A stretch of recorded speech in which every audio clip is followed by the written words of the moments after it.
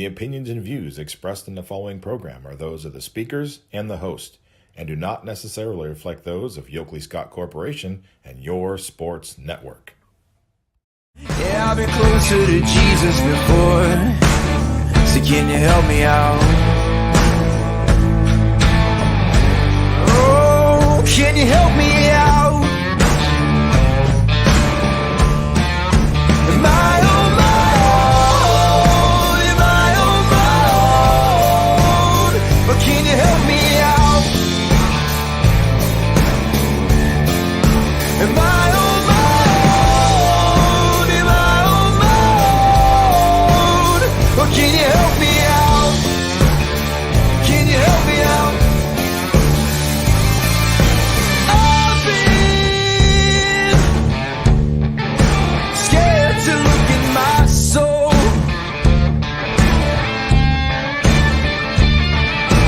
I've been afraid I would follow the road. Yeah, afraid of the things I've been told.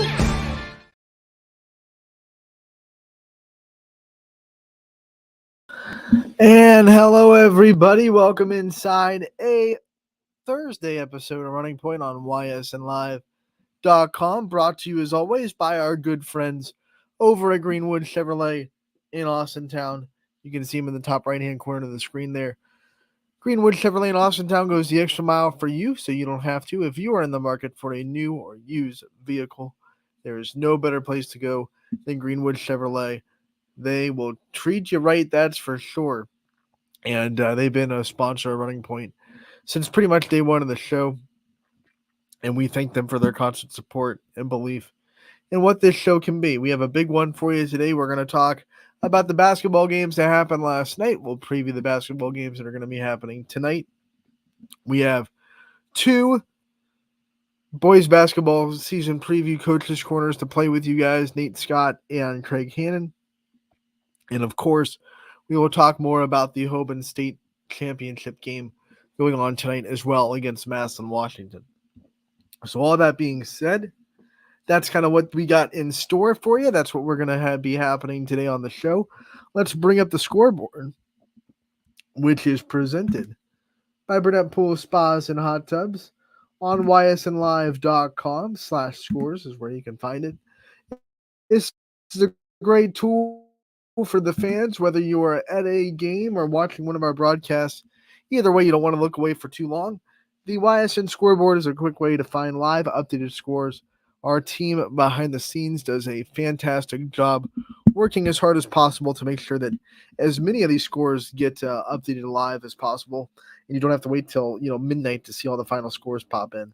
So without further ado, the YSN scoreboard presented by Burnett Pool Spas and Hot Tubs for November 29th kind of looks like this.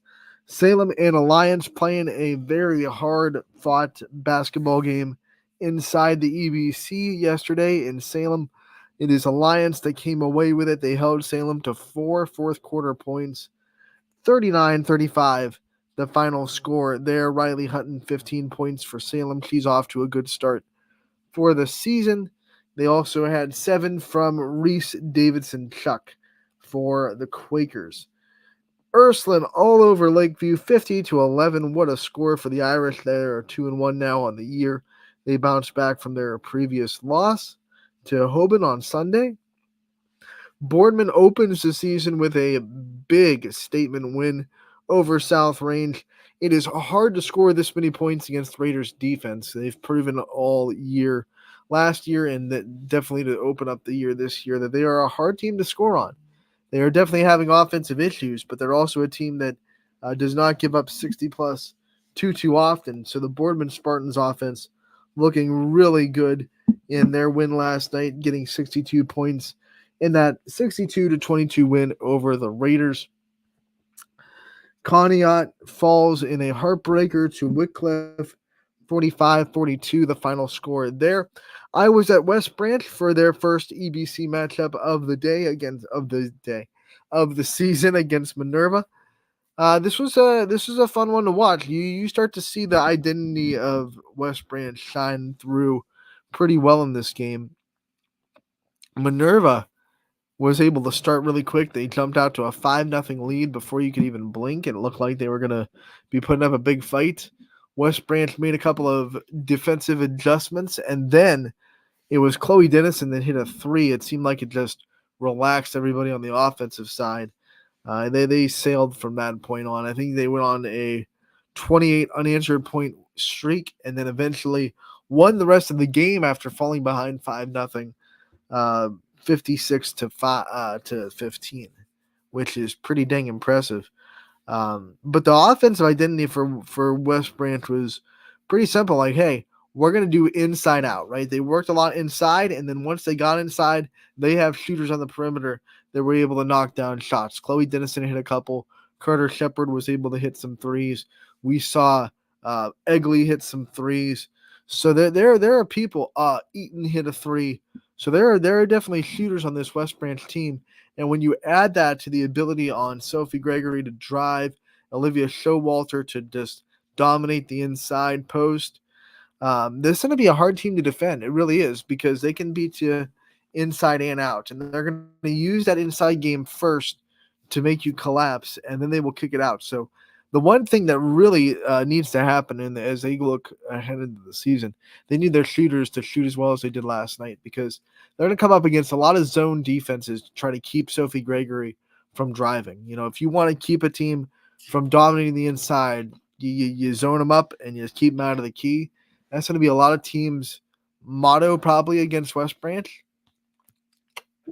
They're probably going to see a lot of different zone defenses. I don't think a lot of people are going to be able to man them up, because a lot of people don't have the person that can guard Sophie Gregory one-on-one.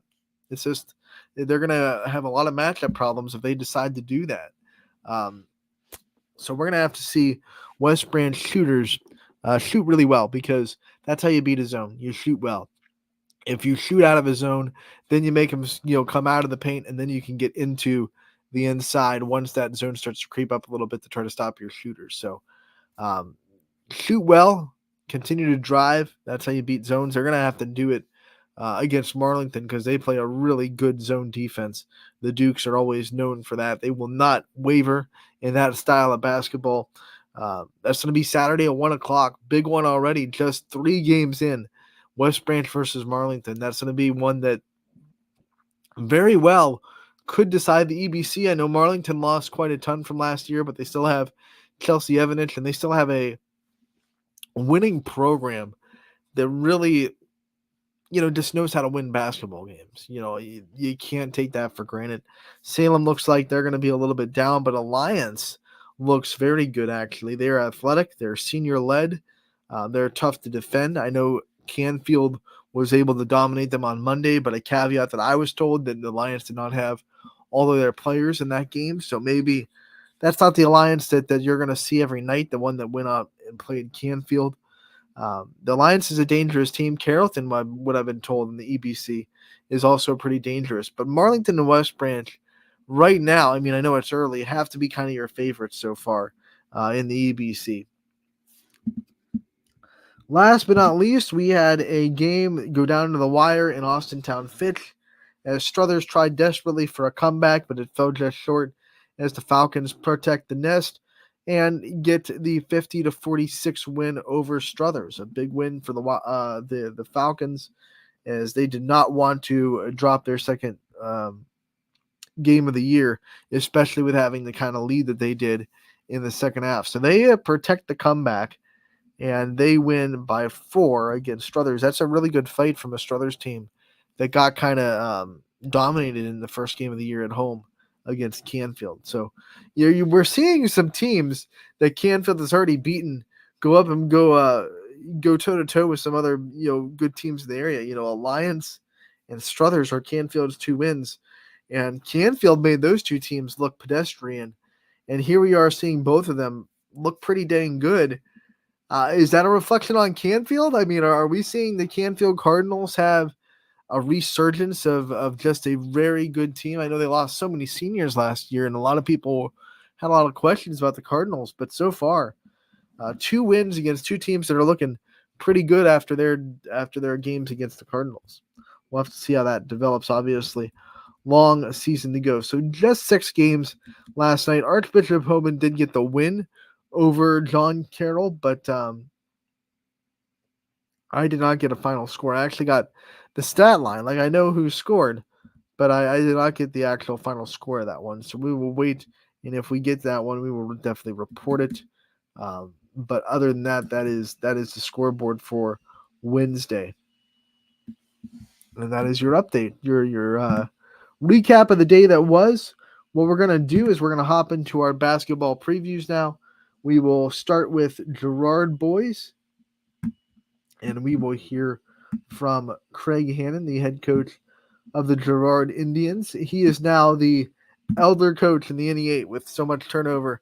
Coach Wernicke came and talked with us a little bit earlier on a couple weeks ago, and that's one of the points he made. He said, "Hey, Craig Hannon is now the elder coach of the league." So this is the one that this is the coach that Girard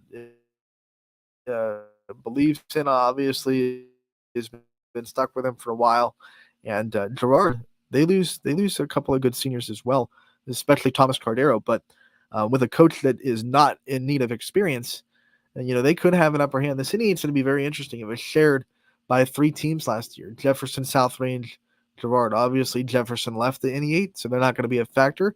South Range returned a lot. Girard didn't return as much, but still very talented. Still very fast, too. Like, Girard is just known for their speed. We saw that on the football field. We're going to see that on the basketball court. And then we'll definitely see that in the spring during the track season, because they have some bona fide track stars, all-state track runners in Girard on the boys' side. So, going to be interesting in NE8. Going to be an interesting NE8. Let's hear what Craig Hannon has to say about it, as Ty Bartell was able to catch up with him a little bit earlier on to preview the Girard basketball season. So here's his interview with Craig Hannon from Girard.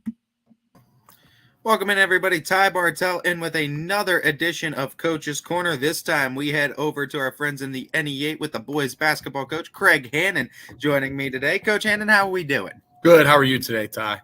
Oh, I'm not doing too bad myself, Coach. What I always like to start off with is, because it's practice season, I mean, obviously season right around the corner. We're chugging away to December 1st, right? But when you look at practices, what are your positives and some takeaways you're seeing from the boys in practice? It's a different practice, just because, the last really 4 years we had a group that played almost every minute for 4 years. So it's basically almost a brand new team of guys that we're still trying to learn. I think part of the practice that's gone well is just trying to figure out what we do and don't do well. I think we're almost making a list at the end of every practice. Okay, this works, this doesn't. And we just have a lot of work to do. And we actually don't open till December 5th, which is a good thing for us, because we have a lot to get to, a lot to go over, and we're still trying to learn each other and learn what works and what doesn't. Obviously, December 1st, the opening day for some teams, but you guys got that extra 4 days, and that does help too when you're trying to figure out those little things. I know the roster's not finalized yet, but when you talk about some names we can expect to see on the floor this year for Girard, what are some names that come to mind? Well, 2 young guys that came back from their 10th grade year into their 11th grade year, Nick Rafferty and Dom Phillips. 2 kids that played a full year at JV for us. They're going to play quite a bit for us.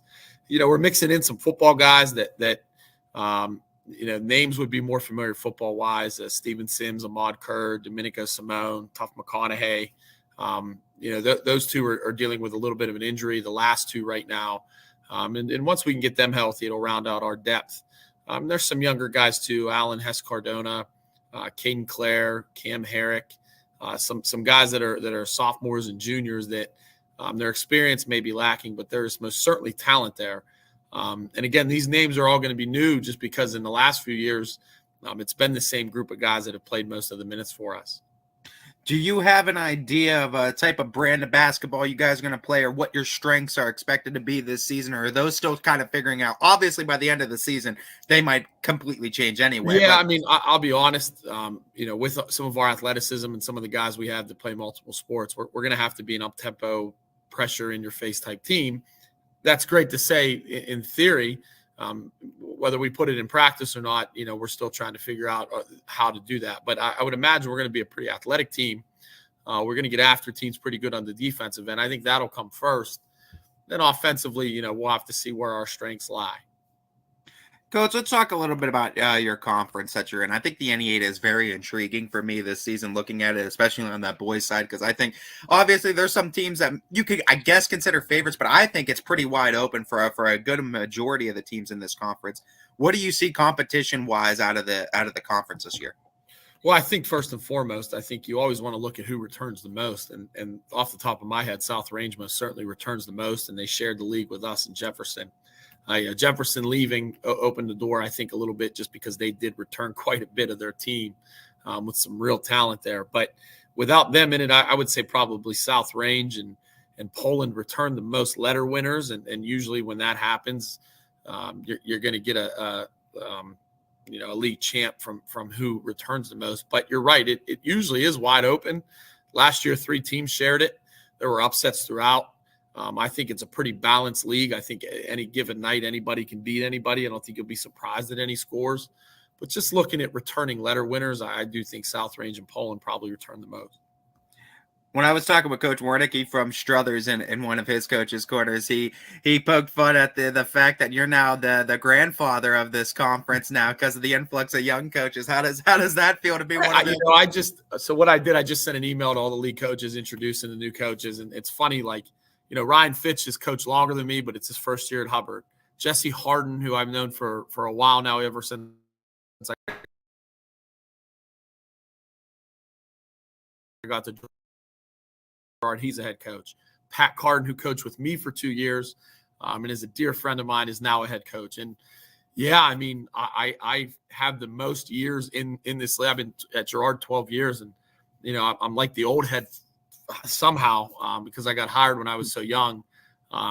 So there has been an influx, and me, Mike, and Eric Fender are going to have to really learn what these guys do because they're relatively brand new. I mean, Matt Baker's a head coach at Lakeview. I played pickup basketball for years with his brother David, so I feel really old I felt really old when I typed that email because I can't believe some of the guys that are head coaches now. Coach, I mean, yeah, you taught them some of what they know, but you didn't teach them everything you know. I don't know what. Maybe Pat a little bit. We'll see, but it's certainly interesting when I looked at it and thought, wow, I'm relatively been in this game a long time now. You talk about a dozen years with this program, though, and I mean, it leads me right into that next question. What keeps you coming back? What keeps you in the head coaching role? What keeps you with the Gerard Indians year to year? I'll tell you, ever since I walked into this place and walked in as a teacher and a coach, it's been so supportive of me, the community, the administration, the parents, the kids. I think I've said it every time I've done this Coach's Corner. I hear nightmares and horror stories from other schools about whether it's school boards, administration, parents, whatever it may be, whatever the issues are. I knock on wood, I have not dealt with those issues. This is a wonderful place to be a head coach. It's a supportive place.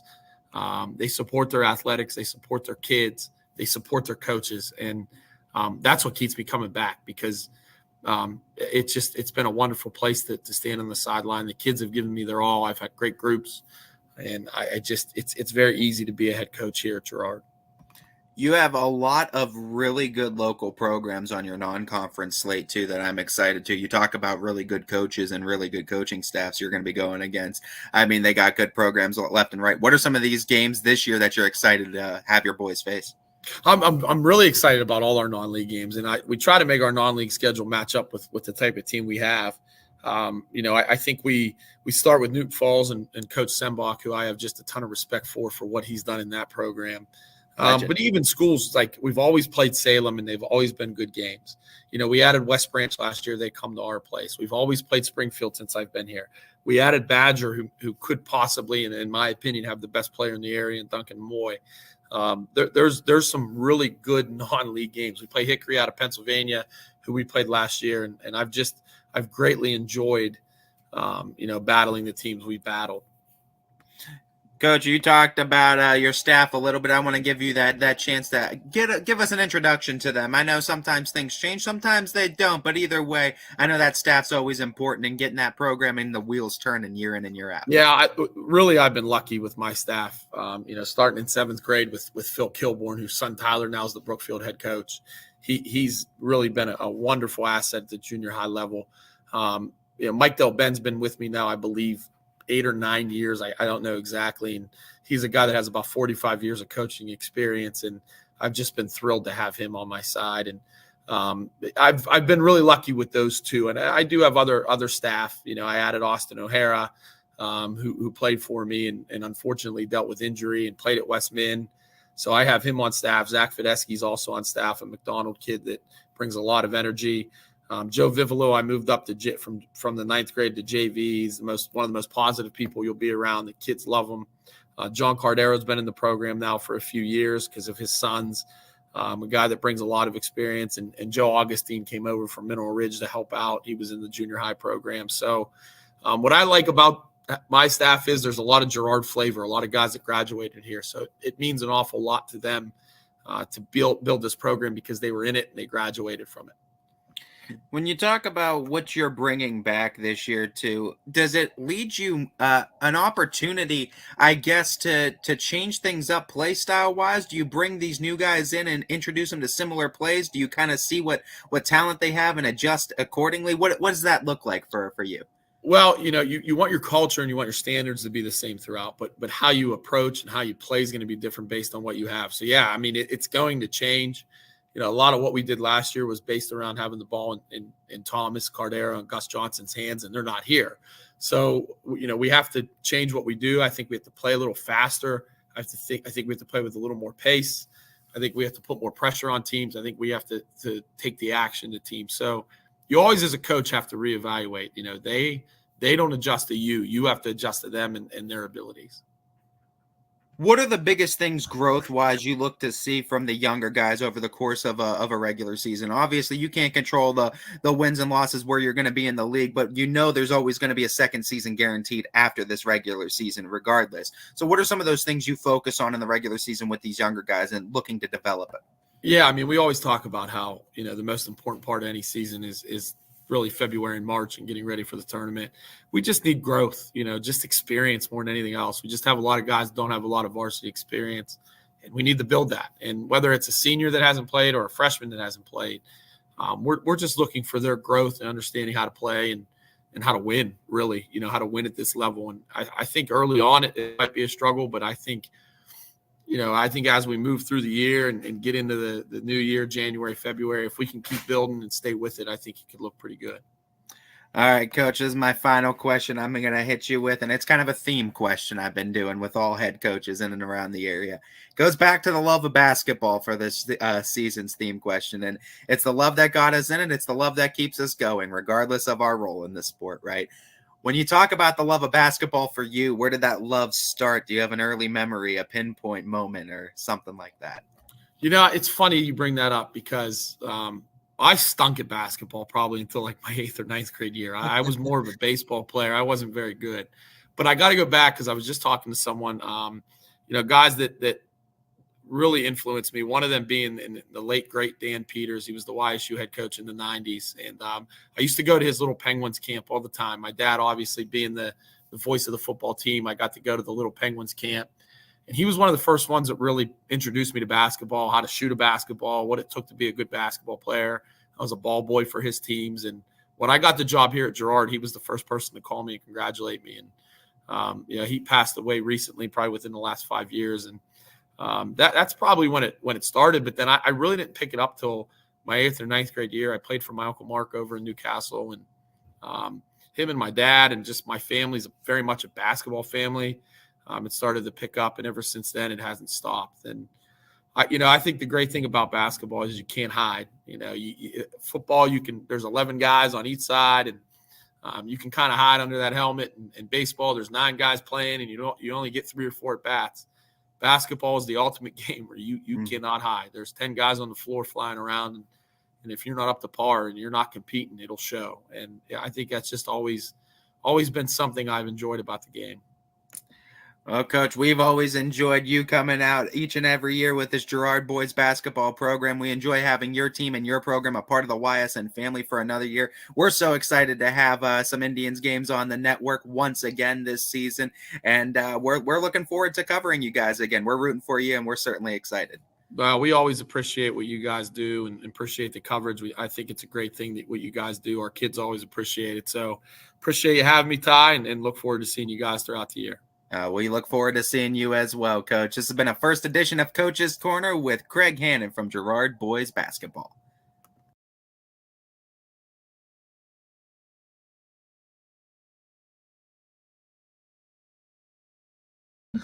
That was Craig Hannon from Girard Boys Basketball giving us a solid preview with Ty Bartell. We're going to take our first break on Running Point. When we come back, we'll have more boys basketball previews and coaches' corners. On the other side of this break, we're Ysn's Running Point, brought to you by Greenwood Chevrolet in Austintown.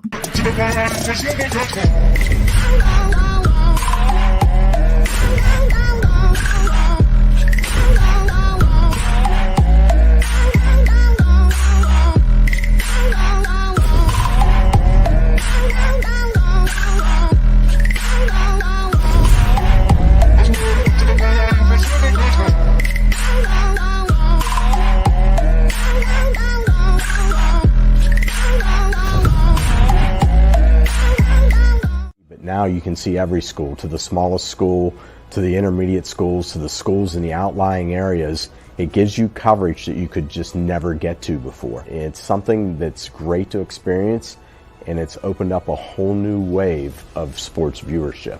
The possibilities are endless here at YSN. Push the envelope every day. Try something new. If it works, great. If it doesn't, well, let's try another angle, and we just keep moving forward. My name is Mike Ackelson, and my sports network is your sports network. What can you do on over 5,000 acres? At Mill Creek Metro Parks, you can discover unique habitats and wildlife, create memorable family moments, experience history, heritage, and park programs, explore scenic landscapes, take time to relax and be well, connect with nature and each other. Come see what's new at Mill Creek Metro Parks. Plan your trip now at millcreekmetroparks.org. Going the extra mile at Greenwood Chevrolet means taking care of our local customers. And it's just a great feeling to put them in a vehicle and get them all excited about a new vehicle. At the end of the day, our goal is to be someone our customers can count on. And every day I'll go the extra mile for the community so they can trust us. To do anything that would convenience the customer or make them feel more at home. Realizing, number one, that we're here for them and that we're not going to go away. That's what going the extra mile means, only at Greenwood Chevrolet. Welcome back to Running Point on YSNLive.com, brought to you as always by our good friends that you just heard from at the end of that break, Greenwood Chevrolet in Austintown. They go the extra mile for you. We try to do the same here on this show every single day. One of the ways we do it is we feature interviews from coaches and players from around the YSN family. We will continue that with another Coach's Corner and season preview from boys basketball. Remember, it tips off tomorrow, so we are one day away from the boys basketball season. Let's head down to Wellsville and hear from the brand new boys coach down there, Nate Scott. With Ty Bartell, here's a great interview with the Wellsville boys basketball coach. Welcome in, everybody. Ty Bartell in with another edition of Coach's Corner. This time we head down to our friends in the Wellsville community. Their boys basketball head coach, Nate Scott, joins me today. Coach, how are we doing, first and foremost? Doing good. Thanks for having me. Coach, new coach to the Wellsville boys basketball program. I kind of want to start right there before we start talking about this season. I'm curious about your journey leading up until this program and why this was such a perfect fit for you to be here with us with Wellsville. Yeah, so I first started out at with Aaron Blatch at Southern Local, and as people know, that's our rival. So I started the head JV coach there. No coaching experience. He pulled me on. He started me coaching, and then I was there for a year. And then obviously he went to Crestview, and then I came. Bug put me down here on staff as an assistant, and I've been here for the last 6 years as an assistant. And now Bug took over the girls, and here I am with the boys. It seemed like a great fit for the both of you too. And I know Wellsville likes to have those guys that have been there for a while, that know the community, know the culture that they're trying to build down there, no doubt. As far as practices are concerned, Coach, I know December 1st is rapidly approaching as the opening day for basketball season. Not everyone obviously starts then, but what are you seeing in the practices right now that you really like? Right now we're young. We lost a lot of seniors and about 85% of our scoring from last year. So, but we got two juniors that I really leaning on, and some seniors that played last year. We got Nate McGraw, Elijah Douglas, and Tyrell Watkins, who were returning letter winners. So we'll have them, and we got a real good young core with freshmen and sophomores. So I mean, practices are competitive. No, it's up tempo, it's fast. We're having fun, but we're playing hard, and it's great to see. The thing is, too, despite losing the 85% of scoring, people still are going to view this Tigers team as with a target on their back this year, and beating you is going to be held with high regard. Talking about that conference, EOAC boys basketball is always fun year in and year out. It's always competitive, I feel like. This year, It looks like it's going to be competitive across the board. From your perspective, what do you see out of this conference this year? Yeah, I think I love my team, but we also got to check out other teams, And Lisbon returns a lot. Columbiana returns a lot. Valley will have some great athletes, but I like our team right now. I mean, we have the athletes. It's just the best way to get better is to play games. Like, we can go through practices, we can go through scrimmages, but we just got to get game reps with the young team we have. But like you said, everyone's going to come after us. We had a target on our back. We won the league the last 2 years, and the goal is still trying to win the league for 3 years in a row. And with the team we have, I feel comfortable. It's going to be hard, but it'll be fun. But I do. This coaching across the EOAC is great. I mean, there's some really good coaches, and they run some real good sets. I think Columbiana runs some of the best sets I've seen, with Todd. So they'll be real tough out too. You talk about all that conference competition too, and you got to focus on your strengths to get wins, right? You look at the strengths of this team, and obviously by the end of the season, we might be talking completely different strengths all the way around, right? Yeah. But what are some of these early strengths that you see? What are some of the early brand of basketball you think this Wellsville team can play? Right now, we lack the experience, but we have the speed to match up with anybody. I love our defense. Our defense right now has been real good. Full court pressing, half court man, trapping. I mean, we're doing it all, different types of zones, man, and they're jumping on it, and they're doing great as a team. They're talking, they're communicating well. I really like the defense, and I always said, the defense, if you can get that situated and covered first, you're going to be good. The offense will come. We're missing some good shots that we've been getting in these scrimmages, but they'll fall, and I think when they start falling, we'll be a pretty dangerous team. You talked a little bit about your conference schedule. Obviously, it does take up a big portion of your schedule, but you still have room for the non-conference as well, and there's some fun non-conference games in there as well. What are some of these non-conference matchups that you're excited about? I think Oakland had a lot of young kids last couple of years, so they're all older now. So I think they'll be a tough out. Steubenville Central, they always play very hard. We scrimmaged them last year, then we played them at the end of the year, and it was a completely different team. So the coach does a great job with them. Toronto, I think, will be loaded. I mean, they have everybody back from last year, and they did beat us last year. Just like a low scoring game, 49-40. So, and they run that 1-3-1, and it's difficult to, go against a 1-3-1 when it's ran right.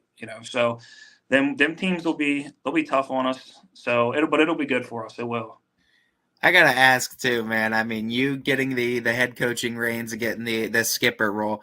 How excited are you? Are there some butterflies in the stomach for that first game and being able to stand on the sidelines with this team as the coach? I think right now I'm not, but I mean, when a game comes, the first one's away, and then the second one be December 8th, and that's against Southern. So I'm sure I'll be nervous, the night before and everything. But as soon as this is jump ball, you just get right into it, but as of right now, I'm not, but I'm sure I will be. Yeah.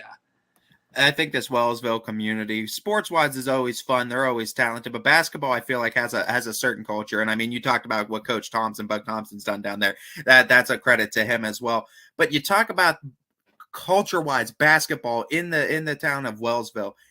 Describe it for people that may not have been down there before or don't know, like, how big basketball really is in this area. Yeah, I mean, when Bug's here for 20 years and you never have a losing record, and you win multiple league championships, you get to OVAC championships and you come up short. But I mean, everyone down here, there's just the attitude of, we want to win and we're going to win and we're going to do everything we can to do that. It's just, I always tell people it's different. It's just different. These kids are different, and it's a good way. I like the way they're people think they're cocky. I think it's confidence. You got to have some type of confidence and some swagger about you when you play, and I think these kids have it, and we're just trying to gain more and more of it each week. And so far, I mean, we had a great scrimmage against McDonald on Saturday. They did their sets and they ran it against us, and we did great against them. And they shot the ball really well against us, and we kept playing. So it was good. It was a good up and down for 2 hours, and the teams, I thought both coaches really liked what we got out of it. You talk about getting that program, and I mean, you want to kind of just step into that and continue the success of what Coach Thompson has done, right. But you can't do it yourself, right, Coach? Right. You need a good staff around you. What's that staff look like that you've built around you for this program?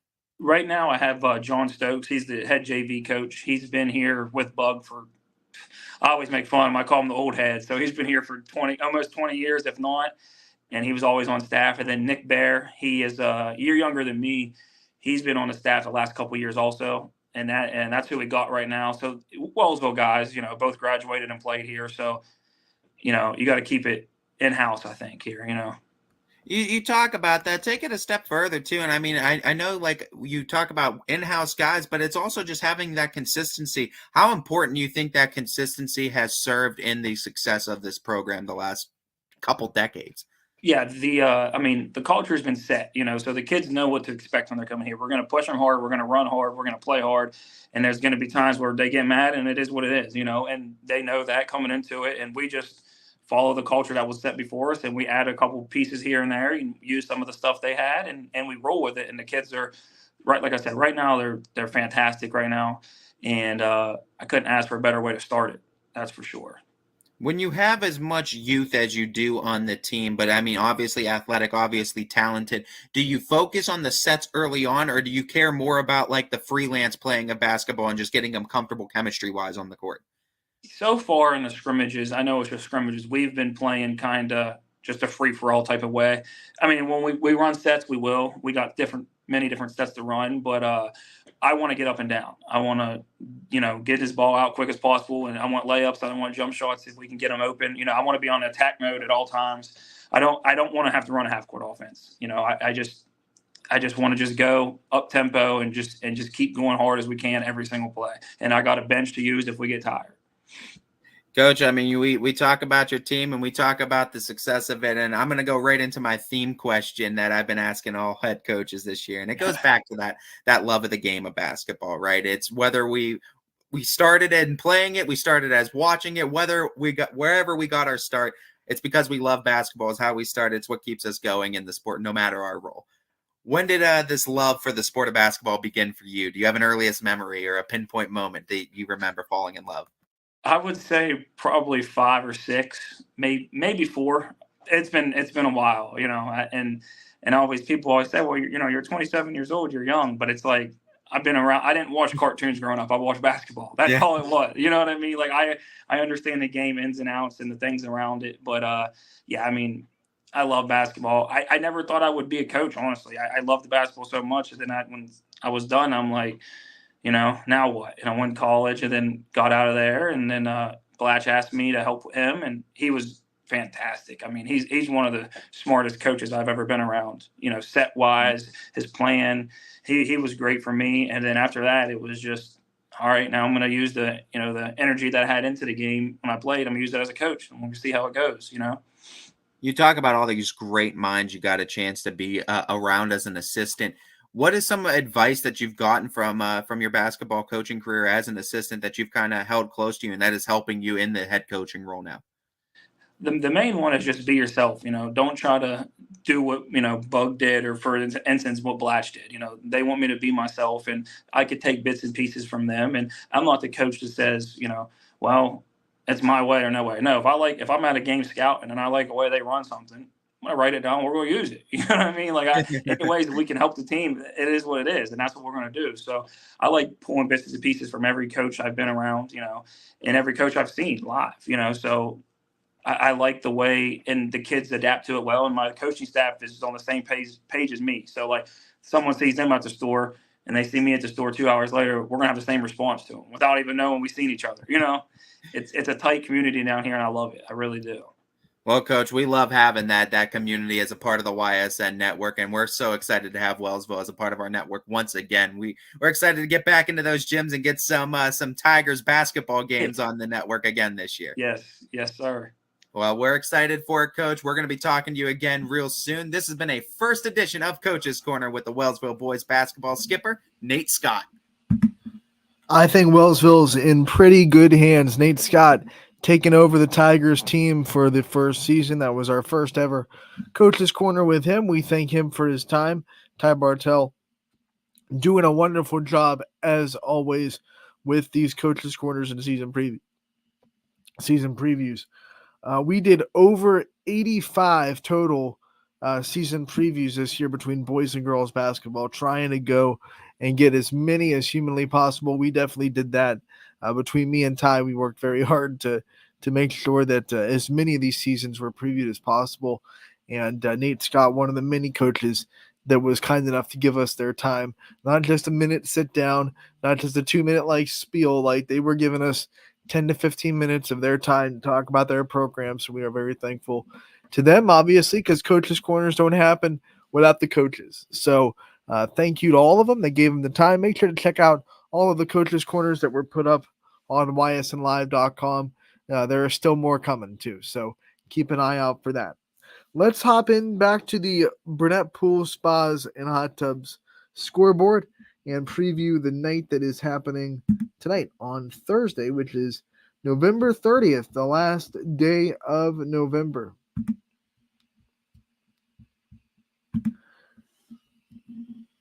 We'll scroll down and we'll go right, bam, 30. Let's go.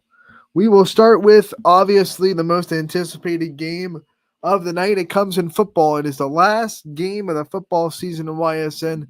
No matter what the result is, state championship, Canton, Ohio, Tom Benson Stadium, Archbishop Hoban against Massillon, Washington. The showdown that was been in the making all season. Everyone expected this to happen. Everyone's been anticipating this. A lot of people are saying this will be the best game of the whole championship weekend. I don't disagree. You look at these teams, they're so evenly matched. Either 13-1 for the Knights, 15-0 for the 14-0 for the Tigers. You got about 33.1 points per game on one side for the Knights, 40 points per game for the Tigers. They both allow 7 points per game. The Tigers with just a tenth of a point more on average, tenth of a point less, I should say, with them averaging 7.6 given up per game and Hoban averaging 7.7 given up per game. And that's the part of the game, both these teams, that I don't think gets talked about enough because their offenses are definitely electric, definitely can score. But look at the way their defenses have been playing all season long. Look at Hoban, down 14-3. That's when you need your defense the most. You can't make a comeback unless your defense gets stops. And from that moment on, when they were down 14-3 to Avon, their defense was absolutely locked down. Didn't give up a single point. They let Avon kick a 44-yard field goal to try to tie the game. That's as close as they got. That's a long field goal in high school. I know 44, we're so used to hearing that be a makeable field goal in the football we consume, whether it be, big Division I college football or whether it be NFL. We think 44 in our football brains that tells us, oh, it's far. It's not a gimme. But it's still a very makeable field goal for these guys. But not in high school. You got to realize 44 yards in high school football is not a gimme at all. And that's a very good job by Hoban to making sure that's as close as they got. And obviously, Avon misses the game-tying field goal. They don't go to overtime. Hoban gets to win 14 unanswered points. They have to sweat it out. Now, Massillon, Washington, mind you, they did not have to sweat out their state semifinal game. 55-7, they got the win. And they did it on the ground. They did it with defense. They had, I was looking, I think 5 sacks as a team. So their defensive line, very good. Michael Wright is going to be someone that you really watch out for on the defense, the nose tackle for them. Had 2 of those sacks. Also, one of their really good running backs had 2 touchdowns on the ground for the Tigers. They started this game, first play from scrimmage in the state semifinal, 68-yard touchdown run. So you know they like to start hot. They like to start with the very big plays. They're explosive. They can get out and run with you, but they can also have those drives that just grind out the clock as well. So both teams very versatile. Obviously, this is the state championship, so every team in this game is good, whether you're talking D1 down to D7. There's no team that is here that doesn't deserve to be here. So there's no disrespect given at all to any of these teams, especially, Madison Washington, the team that our YSN team is playing. But you got to remember, Hoban last year got to this game, and they had everything going for them. They were the team that was kind of more dominant, right? They were the team that was probably favored, you would argue, in that game last year. They weren't a YSN school yet, so we didn't get to cover that game. But you look at it, and they felt like they gave it away a little bit. A couple of second half turnovers kind of turned the tide, and that's why they fell. And when you get that close, that hunger to repeat, I shouldn't say repeat, that hunger to get back there just does not go away. And they've looked like a team that is just right there, locked in, laser focused, not going to be stopped to get a state championship, because you look at this, they've won a lot of them, 7 in the last 8 years. Hoban has won the state championship. I mean, they are a absolute powerhouse in football, especially in the last decade. Madison Washington looking for their first win in a state championship. These two teams met in the 2020 state championship. Hoban won that one. Madison hasn't won a state championship outright, like in the sense of winning it on the field. They won it back in the day when there was no state championship game. You don't take credit away from those teams. They were still really good football teams. They won the AP poll for a reason. But like college football before the BCS came around, you win a title in high school football back in that time by just winning the poll. And there was no game. There was just, hey, you won the poll, you get put up at the top of the high school football state, and you're the state champion. Massillon has a handful of those. 1970 was the last time they were crowned a state champion. A lot has happened since 1970. We've had 10 presidents. The entire Star Wars film franchise has been released. Tom Brady was born and had a full 20-year NFL career. So a lot has happened since the last time Massillon was crowned a state champion in the state of Ohio. But that's not saying they haven't gotten there. That's not saying they haven't been a very formidable team. They're just as hungry. So what hunger goes more, right? The hunger of a team that got right to the finish line last year, fell just short, or the hunger of a team that is sick of being that team that doesn't have one that's won on the field. And that's always been the knock. People have always been saying that Massillon is the quote-unquote paper state champions because they haven't won on the field before, even though they have such a proud tradition of football. So that team's sick of it. I'm sure that team has heard it since they were kids. You're the paper football champions, and they're sick of it too. They're just as hungry. They want it.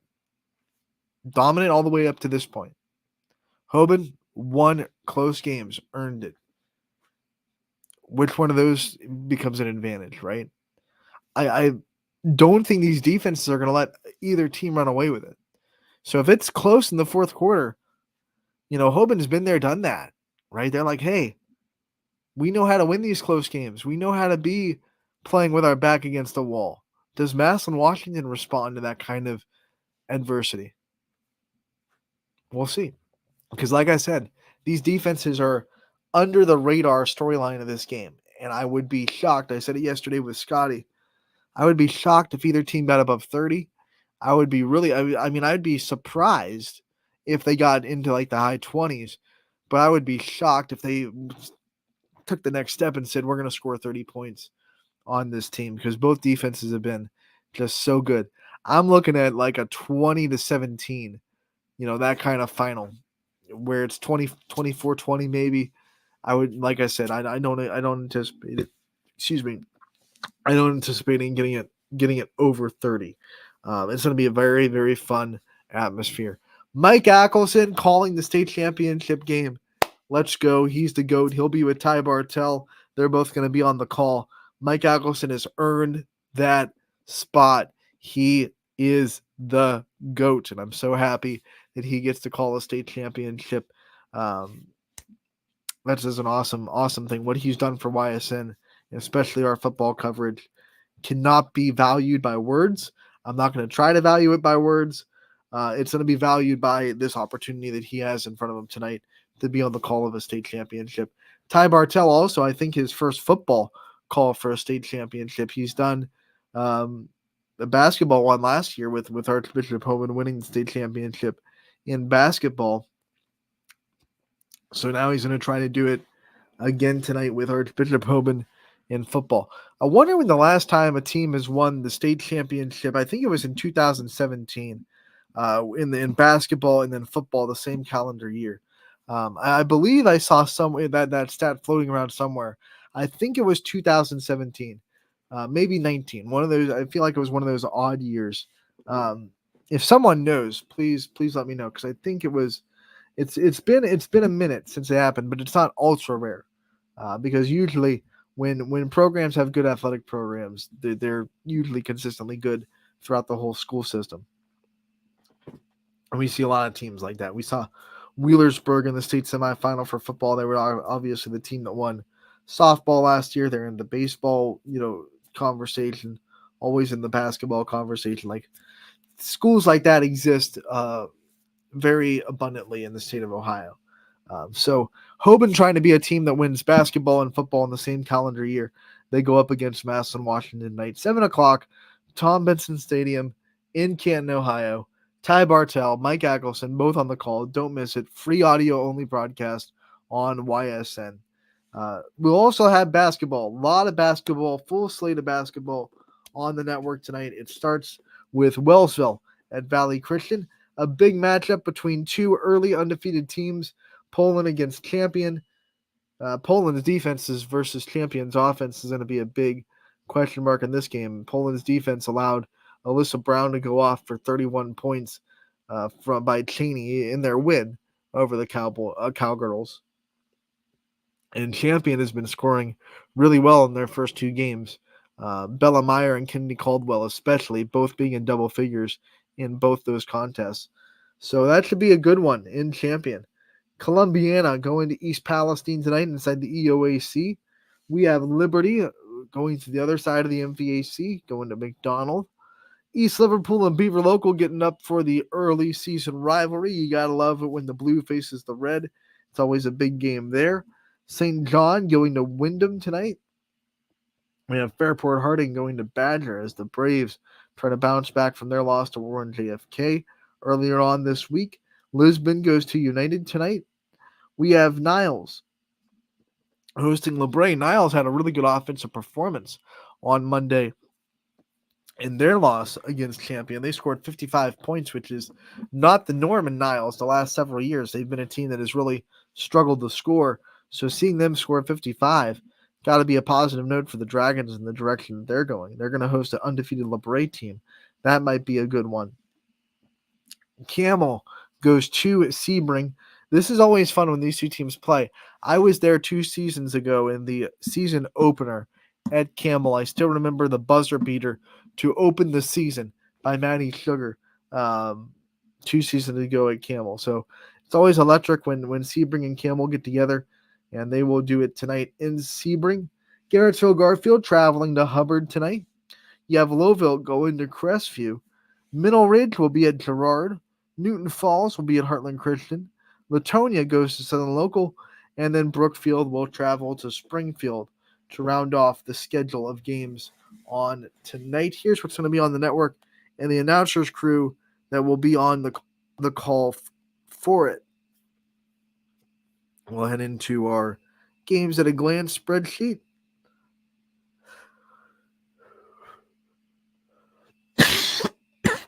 Excuse me. 1, 2, 3, 4, 5, 6, 7, 8, 9 games. 9 basketball games on the network tonight. It starts with the rivalry between East Liverpool and Beaver Local. Gary Burton and Scott Rogers going to be on the call there. Ian O'Brien going to be in Niles for LeBray and Niles. Larry Scragg making the trip to Crestview. as Lowville comes to town. Crestview trying to go 2-0. Steve Hodge will be in Girard for Middle Ridge and Girard. Mark Franken going to be in Heartland Christian as Newton Falls comes to town. I will be in Champion for Poland and Champion. Noah Doty going to go to Springfield. He'll have you covered for Brookfield and Springfield. That one will be varsity only at 6 o'clock. So expect that stream to start around 6 for that one. Lisbon at United will be broadcast by Dave Dees. And then CJ Bako will be at Fairport Harding at Badger. So that's the list of games that'll be on the network tonight. Reminder that also, again, state championship in football at Canton, Ohio at Tom Benson Stadium. 7 o'clock kickoff. Ty Bartell, Mike Ackelson will both be on the call down there. Gary Leininger, our ace photographer, will be on the field, so we'll be able to get great shots from that game as well. Going to be a fun one in Canton tonight. And you'll look at the weather, and it has shined pretty well on the state championship, considering what it's been this week. It's been really cold this week. But tonight, compared to the rest of the week, kind of warm. Still cold, still bundle up. First, the kickoff temperature is going to be 41. But considering that it was like in the mid to low 30s last night and then even colder the night before, you take your little tiny wins when you can. Anything above 40 at this point feels a little bit better. So going to be a nice night for football. Make sure to check out the broadcast. You're not going down to Canton yourself, as this is the kickoff of the state football weekend and the only game on Thursday. Plenty of games tomorrow and Saturday for state championships, but the headliner tonight is Hoban against Massillon, Washington, and you can find it at ysnlive.com/live. 7 o'clock kickoff for that one. That'll do it for today's episode of Running Point. Thank you so much for tuning in today. We're so excited to come back tomorrow, talk about all the games that happened tonight, talk about the state championship, talk about what went down. We're going to have a fun one. 1 to 2 tomorrow on Running Point to cap out your week. We'll also preview the boys basketball start of the season as they tip off tomorrow officially. Thank you so much for tuning in. This has been